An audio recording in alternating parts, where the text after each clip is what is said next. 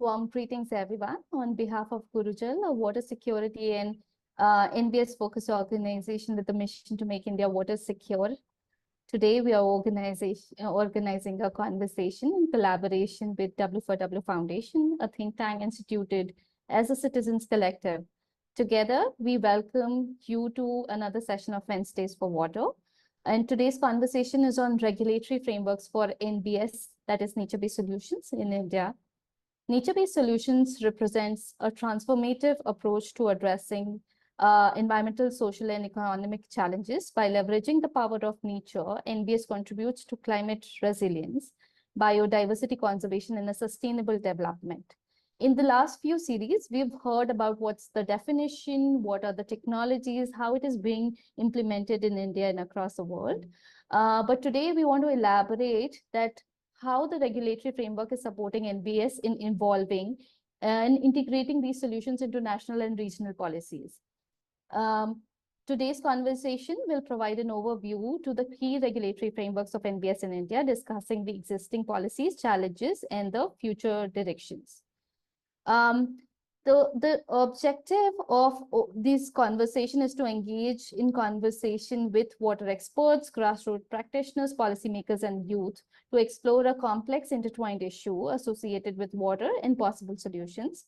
It has expanded since then to have more activities like Fridays for Waters, Monday Munchings with Women in Water, besides organizing water workshops, water talks, seminars, special courses, conferences, panels to continue the water conservation conversation in various possible ways. Please also feel free to visit our website at W4W Foundation for more details. My name is Shubhi, and I'm the moderator and the host on behalf of Gurujal for today's session.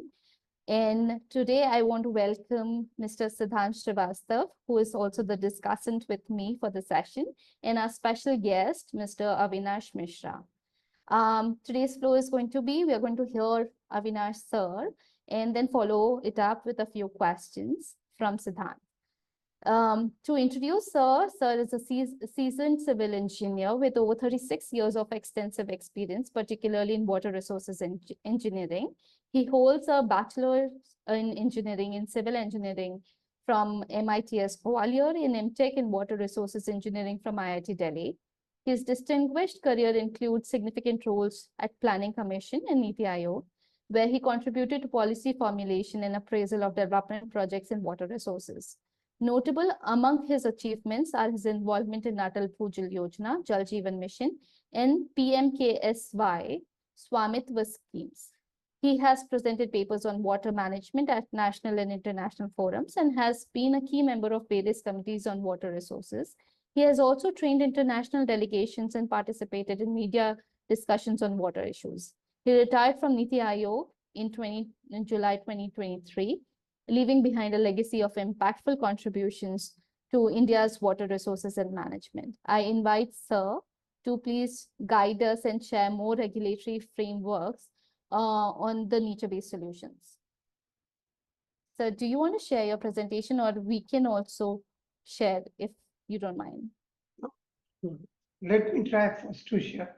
Thank you, Sri, for inviting me for the presentation. Let me see if I am successful in sharing my presentation. That would be good enough. Otherwise, I will request you to do so. Yeah.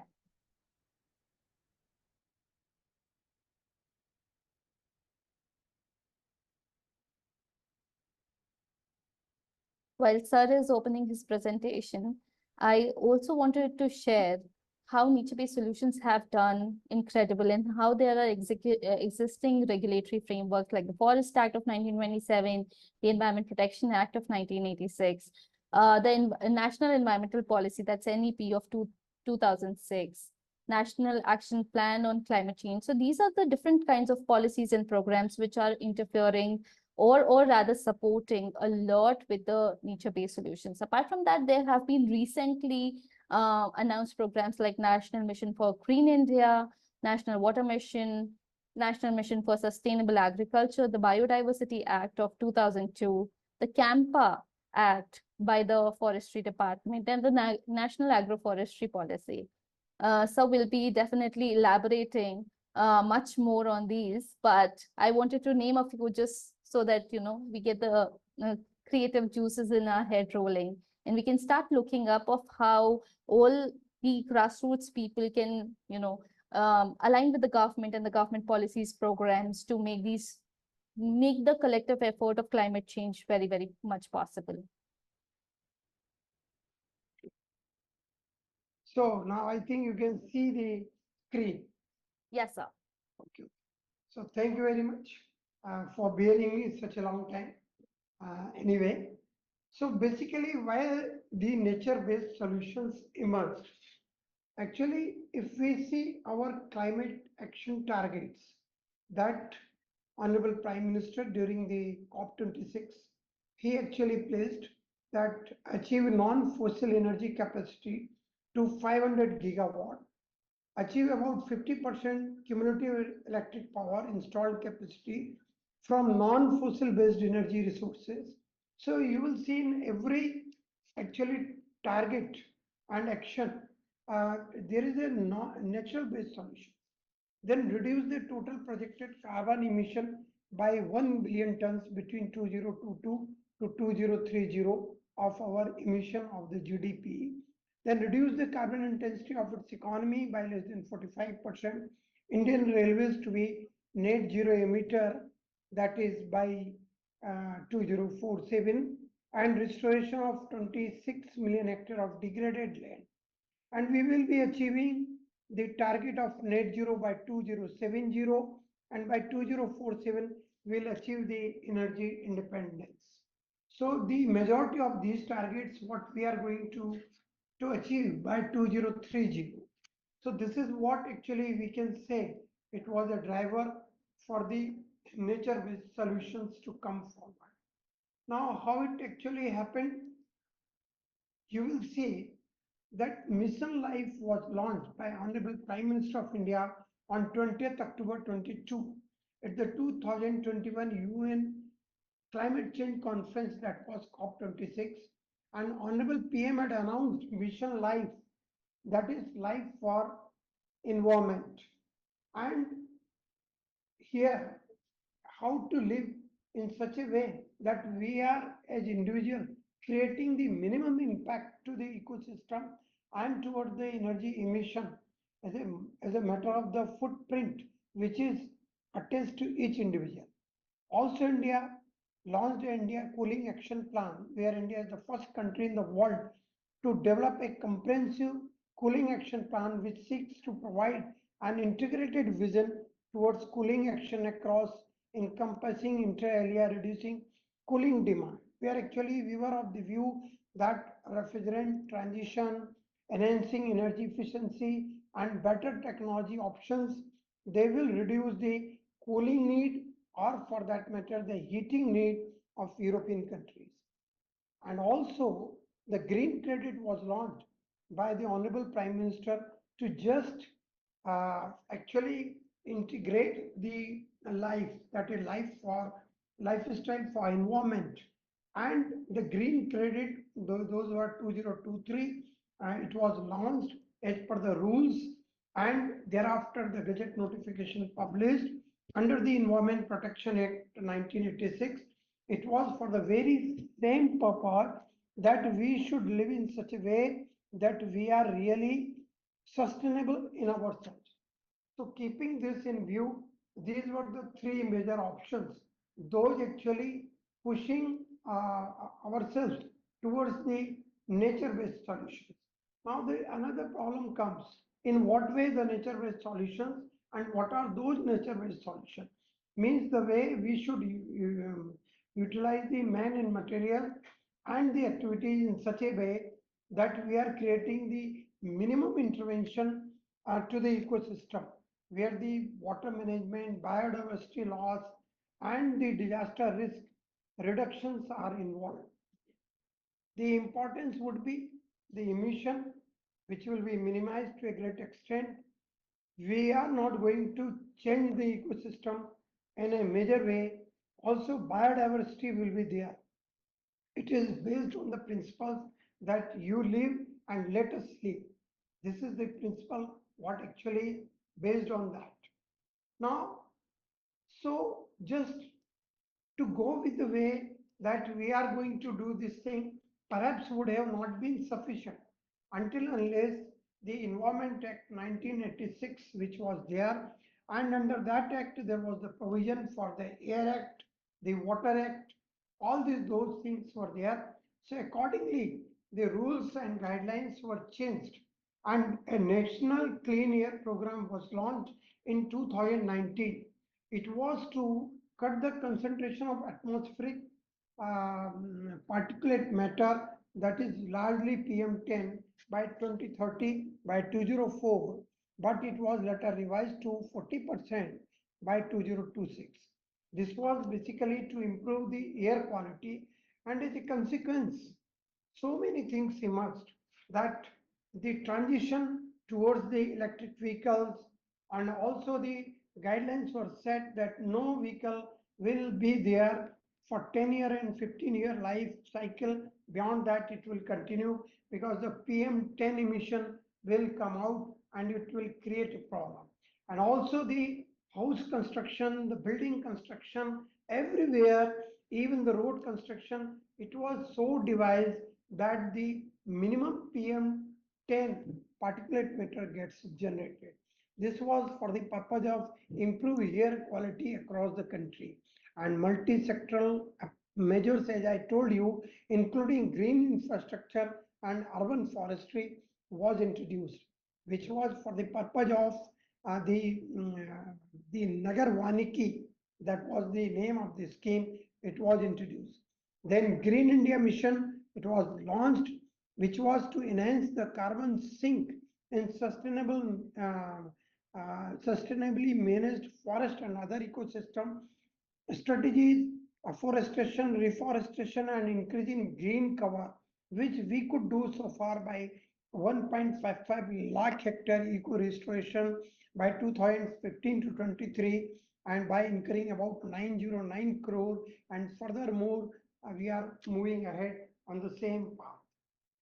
Now, actually, coming back to the same nature-based solutions for air quality improvement, that was tree planting in urban areas, planting trees and creating green belts in cities to absorb pollutants. Parks and green corridors were developed, that was covered under the Amrit scheme and Swachh Bharat mission program to a great extent. Green roofs and walls, they were actually part of the guidelines. They were told to the architect and building planners to introduce the vegetated roofs, installing green roofs on buildings to filter air pollutants, insulate buildings, and reduce energy consumption.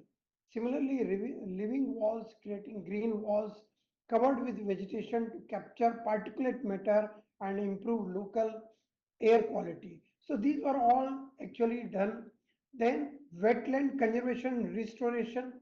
See, India is having the 45 Ramsar lakes. The wetlands were there.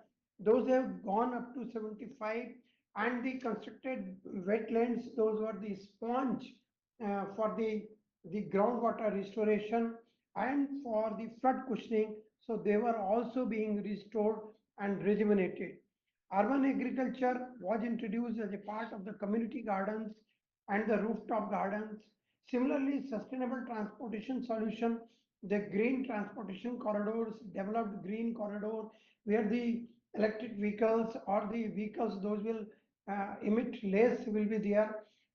At many places, the walking track and the cycle tracks were created. So these were all the changes what the India could do. Then forestry and sustainable agriculture, shelter belts, windbreaks for the actually the reduce the erosion due to wind, that was there, and the cover crops, using cover crops to protect soil, reduce dust, and enhance air quality on farms. So these were all actually measures taken. Similarly, during the coastal area, the mangrove forest, they were actually the great carbon sink. They sink the carbon 4 times higher than the normal plant species. So a complete scheme, MISTRY, has been introduced for that purpose. So this way, the natural air filtration system, biofilters, moss walls, all these things were introduced. Community engagement and education, the children were taught, actually citizens awareness was done, and lot of even in this year's budget, regenerative agriculture practices and the provision for regenerative agriculture was made, along with the organic and no-till farming. Then pollinator gardens were actually developed for bee and butterfly habitat, urban planning, green infrastructure, and compact green cities were developed. So these were the measures those have been suggested, and the efforts are being made to achieve all these things.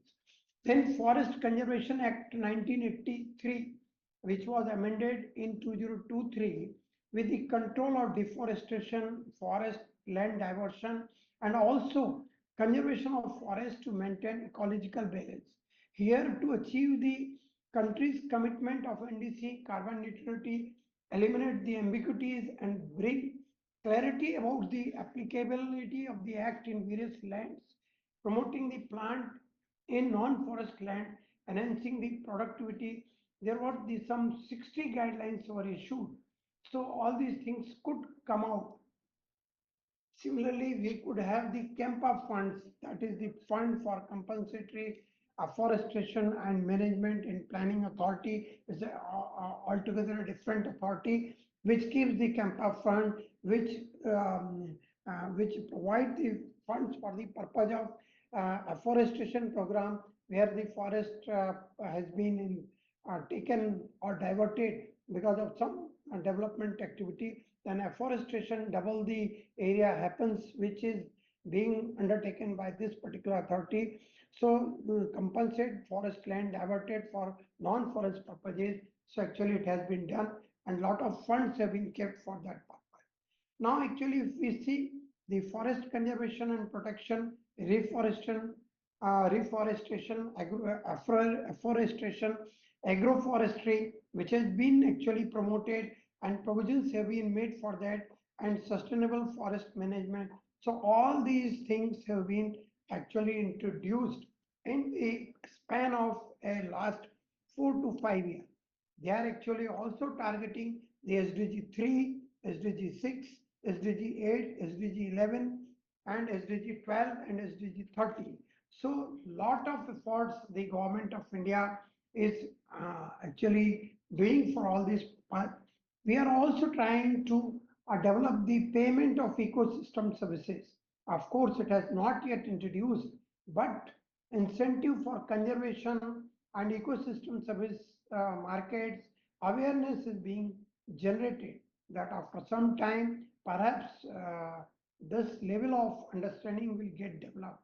Then forest restoration technology, that is assisted natural regeneration, enhanced silviculture practices, that all being actually being done.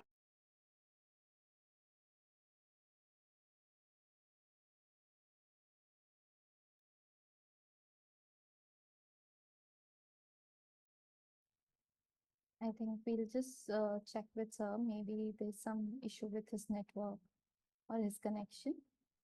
Uh, we'll wait for a minute and then resume from here.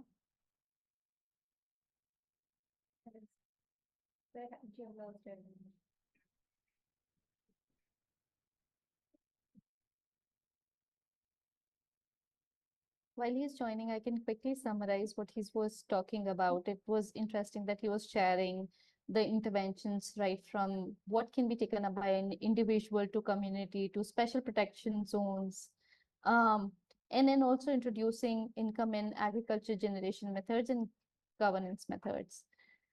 So while I will share, I think he's back. So do we have you here?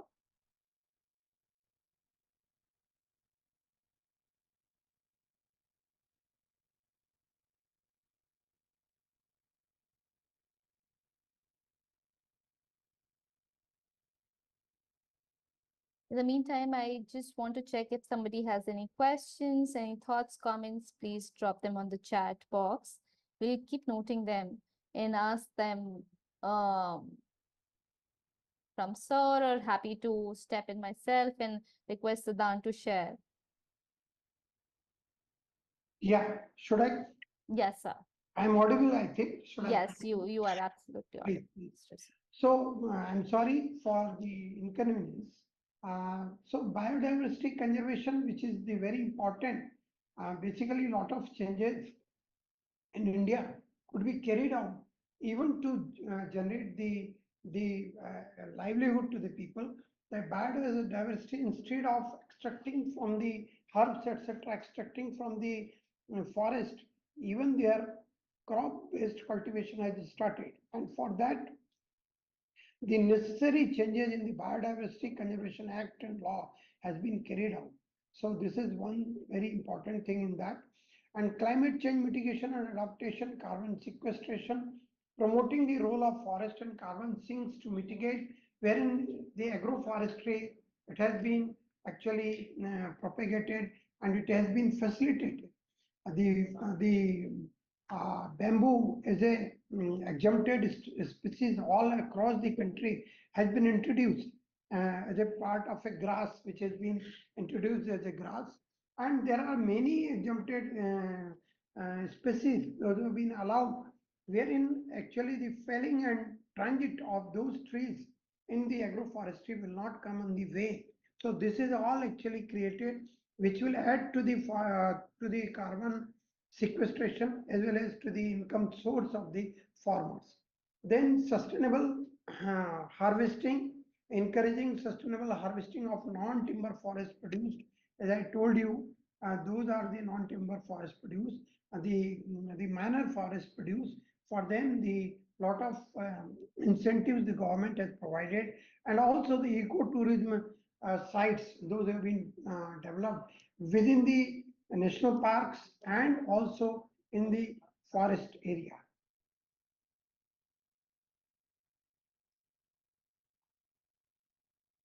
So while you, yeah. Now, the National Water Policy 2002, actually this definitely says for the traditional water conservation practices and ecosystem-based water management.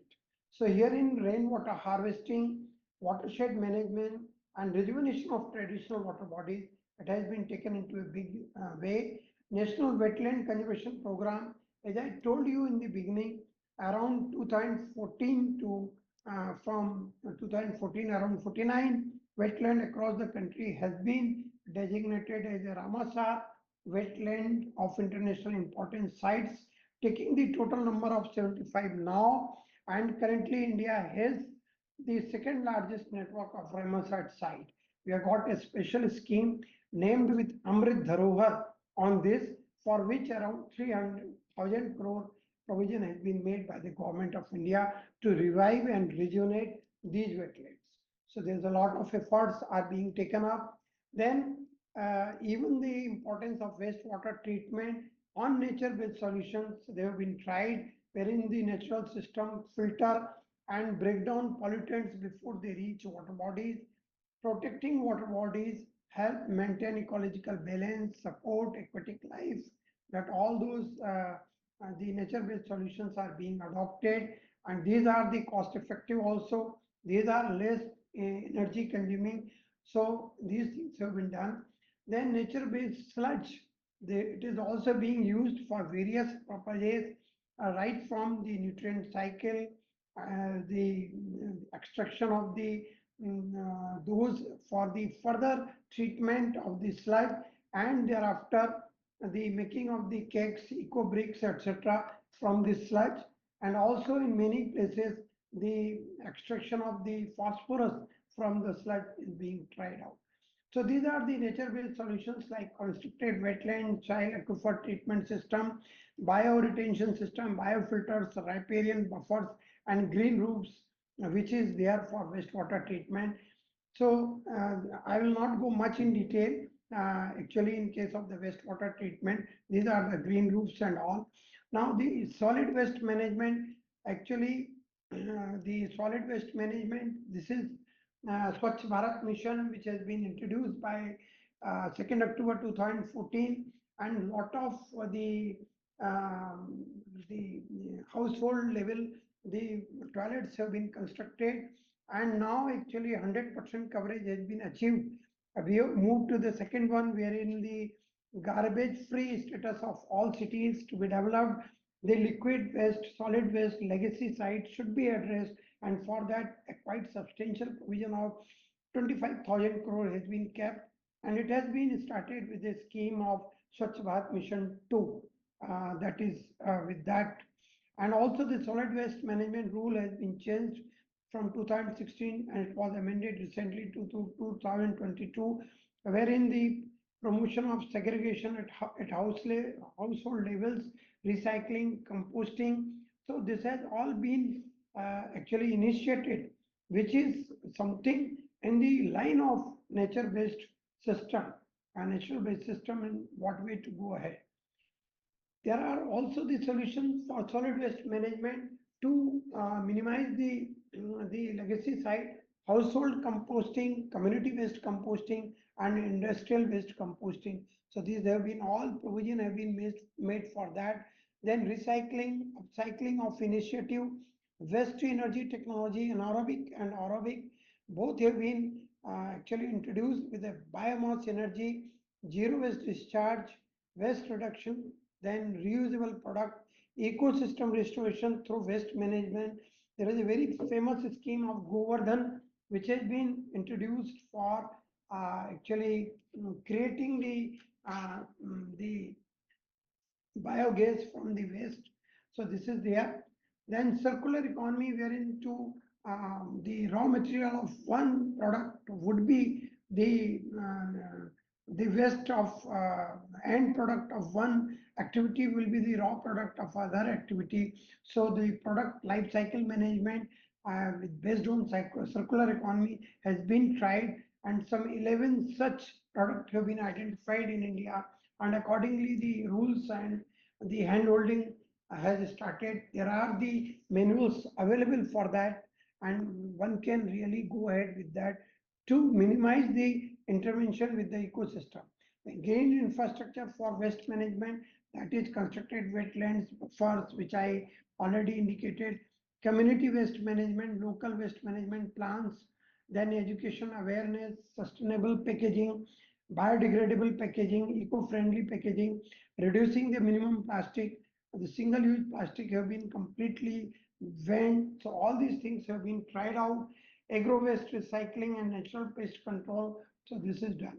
The National Action Plan on Climate Change is we know that in 2008 itself, the India has started the National Action Plan on Climate Change, and there are the 8 major plans those have been initiated. That is Green India Mission, Mission for the Sustainable Habitat, ecosystem-based approach to mitigate temperature rise, then Atal Mission for Rejuvenation and Urban Transformation. Based on that, quite a good scheme is there. Similarly, there is a energy conservation water mission. So there are various missions for that. The nature-based solutions for temperature rise that I have already indicated, parks, greens and all. So I'll not go again on the repeat mode for the same. Then green infrastructure, basically the permeable surface using permeable materials, using pavement and roads to allow water filtration. So this has been a complete guideline for their for tapping the storm water and reduce the runoff and cool urban environment. Then coastal ecosystem, as I indicated, the mangrove restoration, and there is a complete scheme with the name of MISTRY for actually mangrove development, and lot of mangrove development is already undertaken with the provision of 100 crore per annum plus some other funds, those are available. Then integrated water management, which is for rainwater harvesting and natural water retention using natural methods, and community and public awareness. Like this, there are many efforts which the government of India has started, and I think majority of them I have already touched upon. The provision under the Mahatma Gandhi National Rural Employment Scheme, uh, it also includes the durable assets where the green assets are to be created. afforestation, plantation work to be undertaken, improve the productivity, ensure better utilization of resources, watershed development, water use efficiency, promotion of micro irrigation. All these things are happening. I think this way the government of India is doing a lot of efforts towards the nature-based solutions, wherein these eco-friendly practices, community-driven activities, and focus on reducing carbon footprint with behavioral changes are the prime things to be done. With this, I would like to sum up my presentation. Thank you very much for listening. Thank you.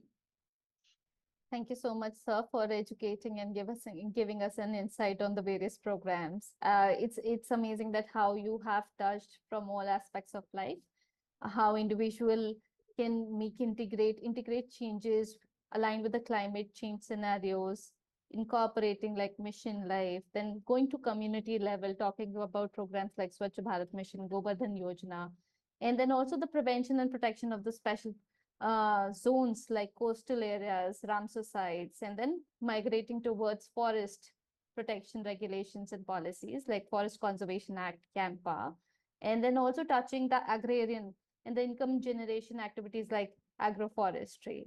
You've also covered the governance methods like payment of ecosystems resources, wastewater treatment, solid waste management, and systemic resources like systemic changes like circular economy. So that is giving us like a holistic vision of the entire thing. Thank you so much. We'll come back to you with more questions. And this is basically the time when I introduce my discussant for the day, which is Mr. Siddhant Srivastav.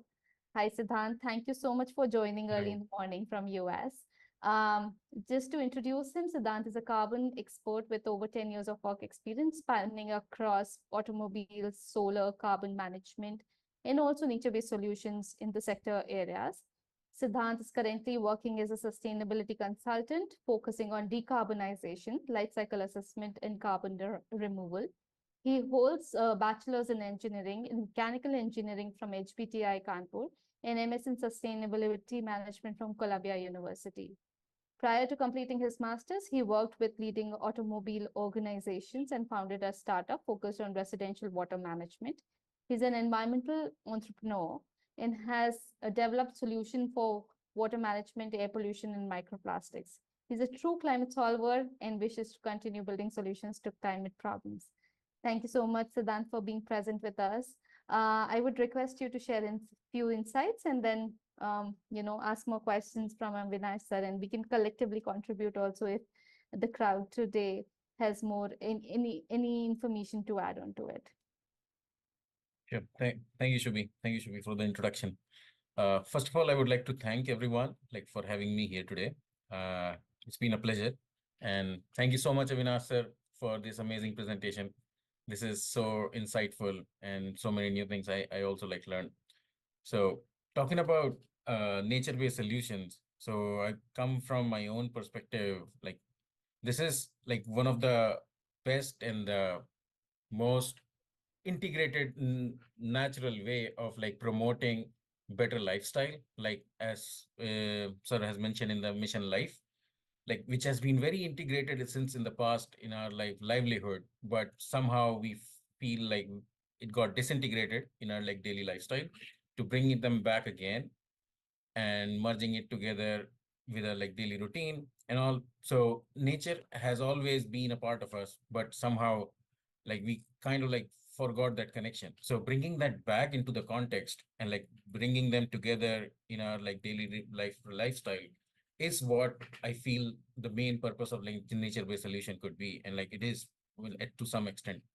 And we are currently in a crisis situation of the climate change that we are seeing. So using the available nature as one of the best solutions is what I personally believe as one of the best way forward it is for us. And it's beautifully described by Nasser in his presentation as well. There are so many different ways of utilizing or channelizing the power of nature through afforestation or sustainable water management, or even like waste management, like there are so many techniques instead of like going the technical, like technological, energy intensive ways. There are so many natural ways we can access and like we can achieve similar results, but with so less energy requirement or like um, even like less problematic chemical usage. So that is what my perspective of nature-based solution goes on. But yeah, we'll keep that a bit of short, and we'll go forward with some of the questions that I have with Avinash sir. So thank you so much, sir, again. But so for the among the details, can you elaborate a bit on like, is there a way? There are so many like different regulatory frameworks that you discussed or like you showed us, and they're all really good. But is there a way we can see the progress of all the goals committed by India in the various policies that you mentioned in the beginning? Yeah, definitely there is a progress. You see, Mhm. there are the various portals, those give the progress, number one. Number two, you will see a lot of changes happening in Indian cities. Like you can feel off the SBM Swachh Bharat mission is creating the impact. Amrit is creating the impact. The legacy dump site, which is such a thing which we are not able to address so far, but we are sure that perhaps we will be doing that also. Circular economy, we are feeling lot of difficulties by the factory owners to follow that, but to a great extent, actually, the oil based and tire based companies, they are following these things. So there is a lot of things are already happening, but you see, it takes a little time gradually to get converted. Similarly, in organic farming, there are a lot of changes are happening. Regarding the rejuvenation of the water bodies, a lot of changes are happening, both at the NGO levels and government level, panchayat level. So a lot of things are already happening. Awesome. Oh, thank you. Thank you so much. Okay. Yeah, great point there. Moving on to the next question. So it's very similar to, so you mentioned in the beginning, like different climate action targets that India has planned to achieve. And so my question is like, how big a role does nature-based solutions play in achieving those climate action targets? It like, is there like a particular contribution that we are eyeing at, like any rough estimate or percentage? Can you please elaborate a little bit on that? You see, if we see the emission attached to an individual, or you can say the carbon footprint attached to individual, this is nothing less than 37%, which comes through our behavior changes, which is globally acknowledged fact. Now, if I am using say 4 shirts or 5 shirts for my purpose, and rest are just dumped in my wardrobe, then in that case the carbon footprint involved in that. So that is something which is because of my behavioral changes. So this is one which is being actually addressed. And in case of, as you are already living in US is not at all caring for the electricity, what they actually eliminate within their houses, whether they are asleep or they are awake, this hardly makes a difference. But in India, at least the people are very much aware about that. And also, in this particular budget, some 3 crore houses would be provided the solar-based panel. So the lot of transition from the renewable sources to solar is happening in India. So a lot of changes are already happening, and because you know we are the most populous country in the globe, so it takes time for us to create a big impact. It will be there very Mhm. shortly. It will happen. No, it's a good point. Since you mentioned about like the energy consumption, like the behavior, I think changing a behavior is one of the biggest challenges, like in solving the problem of climate change that we see as like in an overall perspective. And you brought a very good example of like I also experienced like people in US like usually don't care about the electricity consumption, And back in India, like where we, on the other hand, like we just turn off the fan after overnight running just because like, okay, we need to like give them some rest just because it has been running for like overnight, right? So that's a really good point. I really like that. And yes, behavioral change is very important. Okay, so moving on to the next question. Uh, so there are multiple initiatives you mentioned in like the Green India mission under NAPCC. There is like compensatory afforestation fund management and planning authority like CAMPA, and there is the Green Credit Initiative. So their ambition and like their vision is very much similar. What I understood from the conversation. So how do they get along? Like how do they work together in the first place? And like are they working together in synergy? And like if they are, like how they are doing it?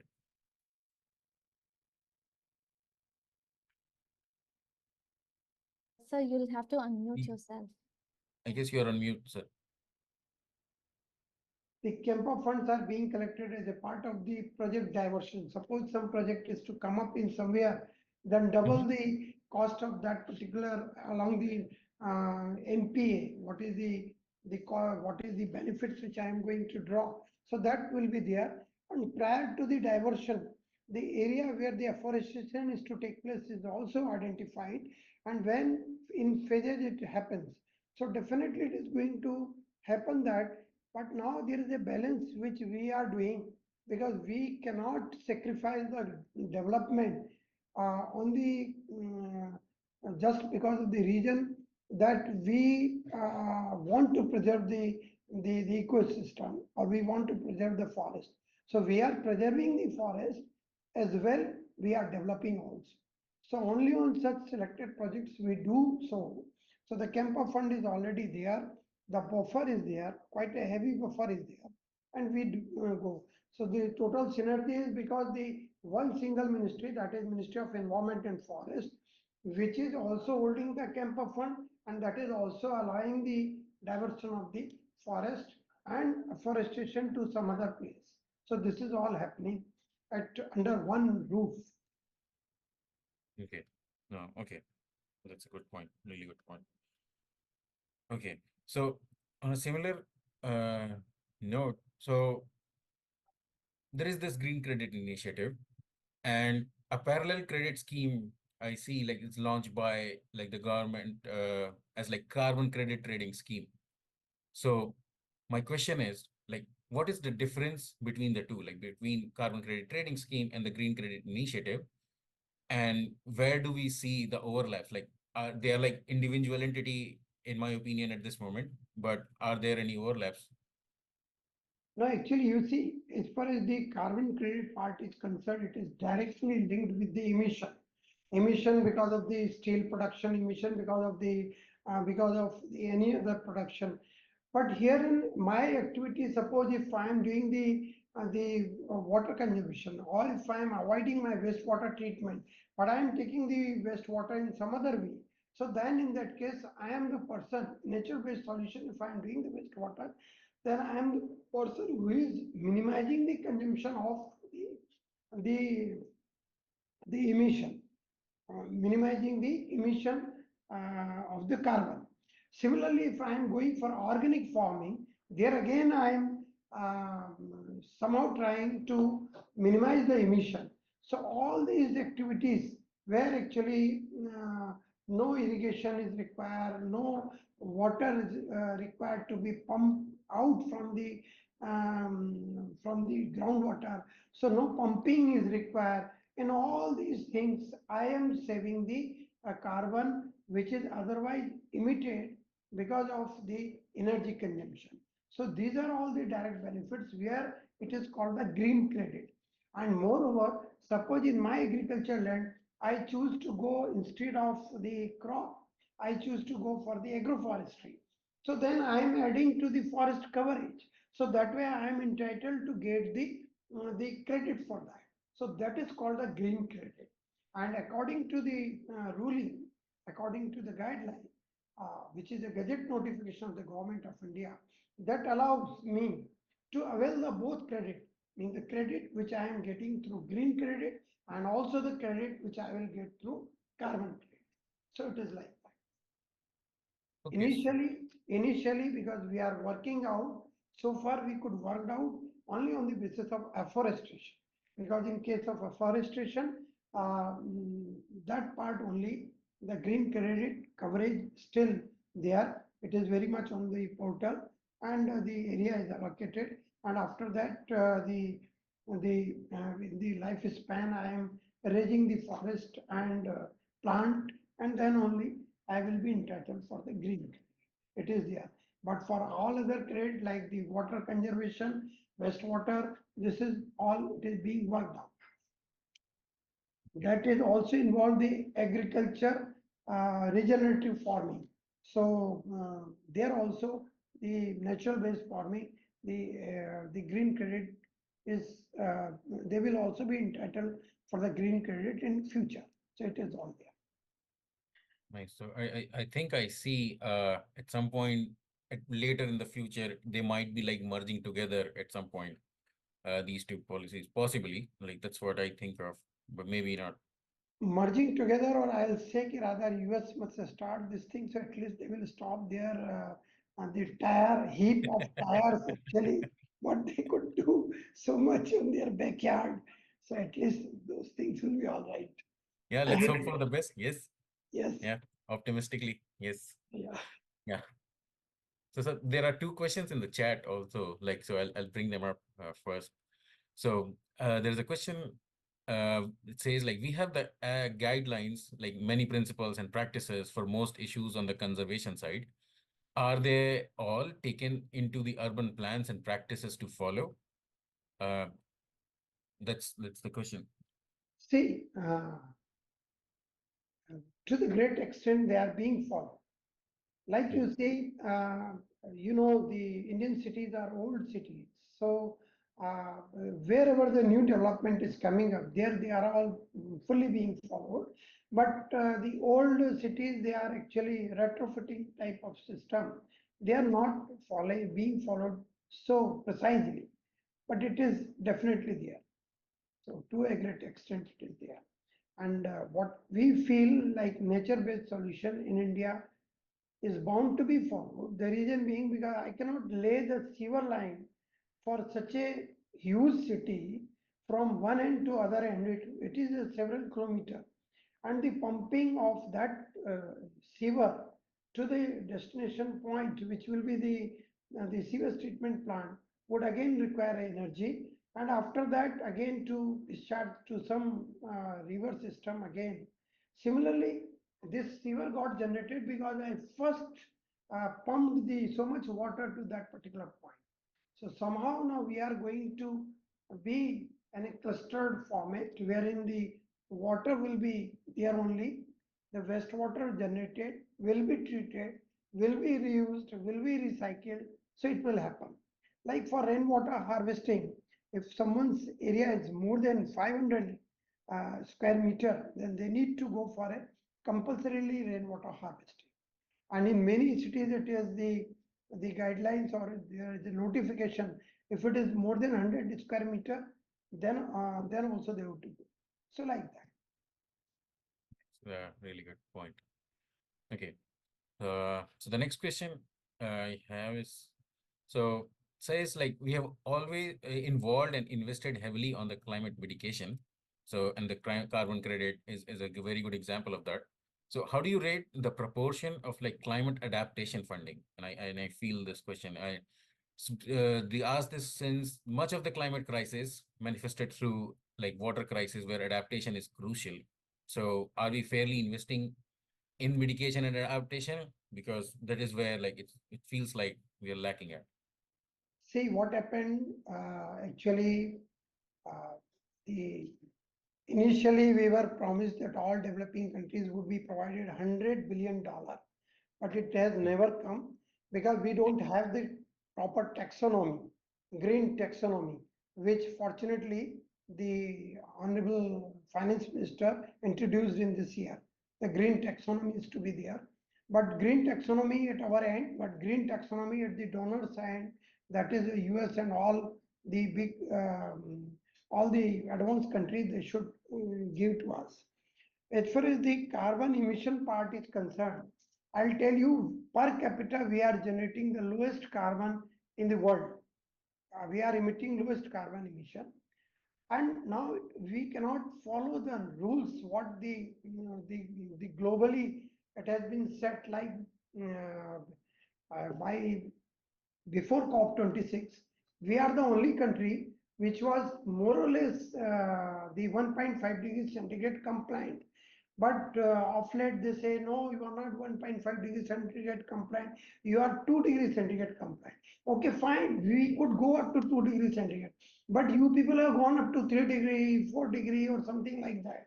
So you produced all sorts of steel, you created your roads, you created your houses, everything. Now you are a developed economy, and you say us, which is a developing, and we are the most fastest developing economy, for us to follow all these things. Definitely we will follow, but our following cannot be at the cost of our growth. So this is there. I believe that whatever we will be doing, we are doing in a very amicably and suitably manner to keep the growth at the prime, as well as to follow the climate change and mitigation also side by side. Okay. I think your question was on that, or I might have got somewhere to some of No. that. If so, you can re-ask the question. So the question was asked by Mansi. So I'll ask her like if that answered the question that she had in mind. Thank you, Siddhant, and thanks, Avinash, for the wonderful session, and also the Q&A is going very well. So I just don't want to intervene, but how much are we investing on adaptation? That is my inquiry. You see, as far as the adaptation part, yeah, I could follow that, how much we are investing. You see, in COP28, we told that whatever the loss and damage should be given to us.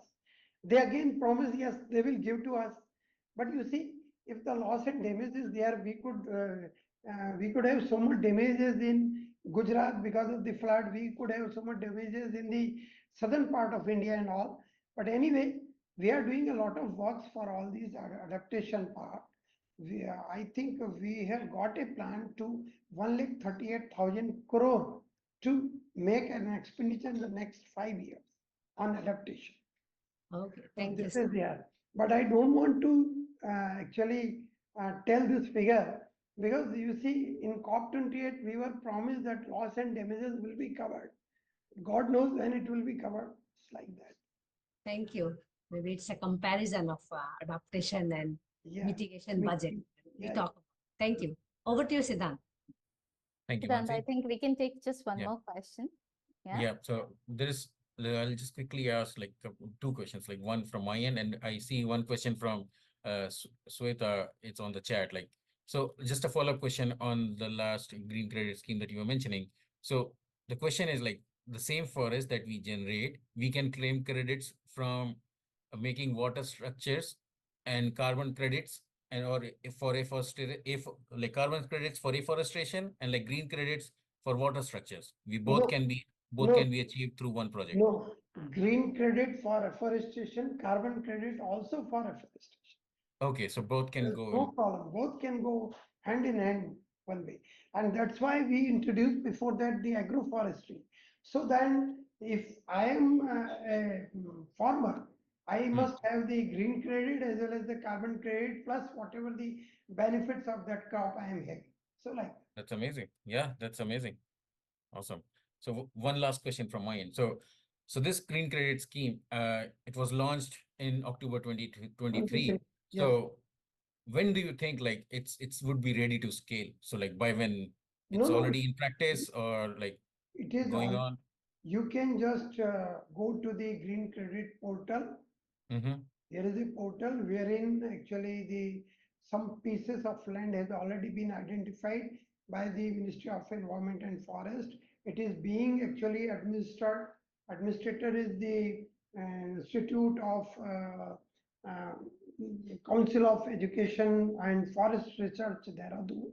So they are actually administrator for that. And there is a already provision that in that piece of land, actually it has been given to the big companies like NTPC, Tata Steel and all big companies, Shell and all. Those are going for afforestation, and they will also claim the green credit, plus they will claim the carbon credit for their product. So it's like, but of late, because gradually as we mature, it will come down to individual level, to our level and your level. Okay, so we already started rolling. Awesome. Nice. Yeah. So yeah, thank you. So that was all at my end. Back to you, Shubhi. Yeah. Thank you so much, Siddhant. I think I love the discussion. There's so much for me to, grasp from today's conversation, which has been very, very insightful. Thank you so much, sir, for generously sharing your opinion. And also, I see the passion coming right from your background. So that really speaks highly for it. Yeah, go India. And definitely the month for all the passion and greatness. But we definitely want to incorporate a lot of nature-based solution towards it. And you've mentioned a great budget also. So we will get around it. Thank you so much, Siddhant, for all the very, very interesting questions. It was lovely hearing them out. I would close the session on that very high note. In a few of us, if we want to continue the discussion, please share your questions and we'll try and reach out to sir and get them answered. But thank you so much, everyone, for participating, both here on Zoom and on YouTube.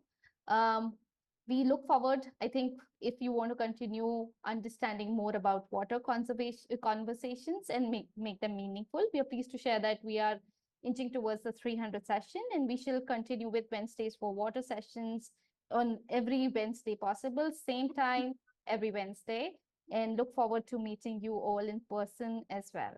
Thank you so much. Please feel free to check our social media and our website for more details. Thank you very much. Thank you. Seeing Madam Fazia tomorrow, I think, on water and energy next. Yeah, we meet Thank you. tomorrow. Thank you. Yes.